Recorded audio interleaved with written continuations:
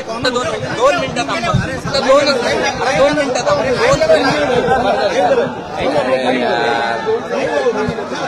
अरे 2 मिनिटं थांबा. येईल ना. ए अरे थांब रे भाई. येईल ना बेटा, हे होऊ दे ना. एक मिनिट. एक बोला. दुसऱ्या दिवशी सरकारकडून काही अप्रोच केला जात नाहीये. सरकार गंभीर आहे असं वाटतं, कारण आज होईल काय?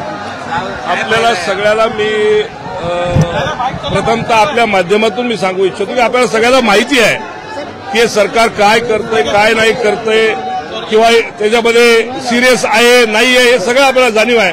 पण मी आपल्या माध्यमातून सरकारला विनंती करू इच्छितो की मराठा समाज मोठ्या प्रमाणामध्ये बेजार आहे. मोठ्या प्रमाणामध्ये त्यांची मागणी जी काय आहे ते जरांगे पाटील इथं मागतायत, आणि माझी विनंती आहे आपल्या माध्यमातून की लवकरात लवकर ही मागणी पूर्ण केली पाहिजे. अन्यथा ही परिस्थिती गणपतीच्या टायमाला अशी परिस्थिती उद्भवू नये आणि मराठ्यांचा अंत पाहू नये असे मी आपल्या माध्यमातून विनंती करतो. सुविधा नाहीये, त्यांना ताण पडतो यंत्रणेवरती असं शासनाचं. खरं आहे, पण आपल्याला सगळ्याला माहितीच होतं की 29 तारखेला जरांगे पाटील इथे येणार आहेत.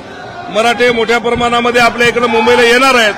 तर याची परिस्थितीची जाण अगोदर ठेवून केलं पाहिजे होतं असं माझं मत आहे. पण आता पण काही परिस्थिती हाताबाहेर गेलेली नाहीये. लवकरात लवकर सरकारने निर्णय घ्यावा, तिथं येऊन जरांगे पाटलाशी संपर्क साधावा आणि त्यांच्या मागण्या मान्य कराव्या. बस संपलं. उपमुख्यमंत्री आज आपल्या गावी जात आहेत, दरेगावी. खरं तर मराठा आरक्षणाचं भेटीगाठी तोडगा काढणं अपेक्षित होतं. अपेक्षित काय आहे बा, मी तुम्हाला अजून एकदा सांगतो की जरांगे पाटील जे मागतायत ते जायज मागतायत, नाजायज काही मागत नाहीयेत.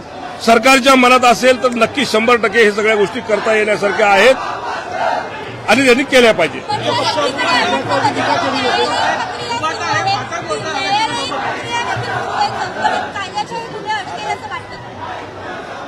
नाही, आम्ही पण तेवढं अभ्यास करूनच इथं बसले असतील ना. आम्ही पण तर दुनियाभराच्या वकिलासोबत चर्चा करूनच इथं बसलो असेल ना. नाजायज माग कशामुळे घेऊन येईल आम्ही? काहीच कारण नाही घेण्याचं. शिवसेना फाटे फोडते असं विरोधकांचं म्हणणं आहे. आंदोलकांचं तर कोणी काय म्हणत असेल, हे बा मी नाही ऐकलं कोणी काय बोललेलं, किंवा मी नाही टीव्ही पाहिली. मी एक मराठा समाजाचा कार्यकर्ता आहे आणि मी समाजाच्या पाठीमागे खंबीरपणे उभा आहे. मी आज इथं खासदार म्हणून किंवा काही कोण्या पक्षाचा कार्यकर्ता म्हणून इथं आलेला नाहीये. मी एक मराठा समाजाचा माणूस आहे. मी मराठी समाजाचा प्रतिनिधित्व करतो त्या आमच्या भागातून. त्यामुळे मी इथं माझ्या समाजासाठी मी इथं बसलेला आहे. अजिबात नाही. उद्धव साहेबांनी कधीही आम्हाला असं काही करू नका किंवा करा असं काही बोललेलं नाहीये.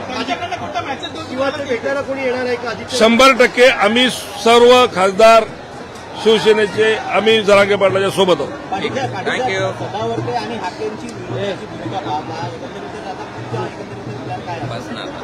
काय संबंध आहे खरं तर त्या वकील साहेबाचा याच्यामध्ये? त्यांचा काय संबंध आहे? पण उगीच्या उगीच कोणीतरी बोलतंय, असं काहीतरी करतंय आणि वातावरण सगळं घाण करून टाकतं. काय संबंध त्यांना बोलायचा? संविधानिक बोला ना. मी अजून कुणाशी संपर्क साधलेला नाहीये. मी नक्की संपर्क साधेल आणि सांगेल.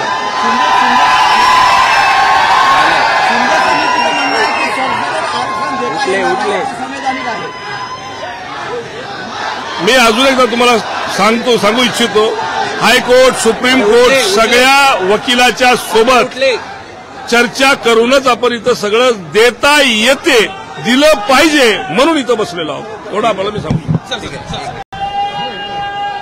Like, comment, and subscribe.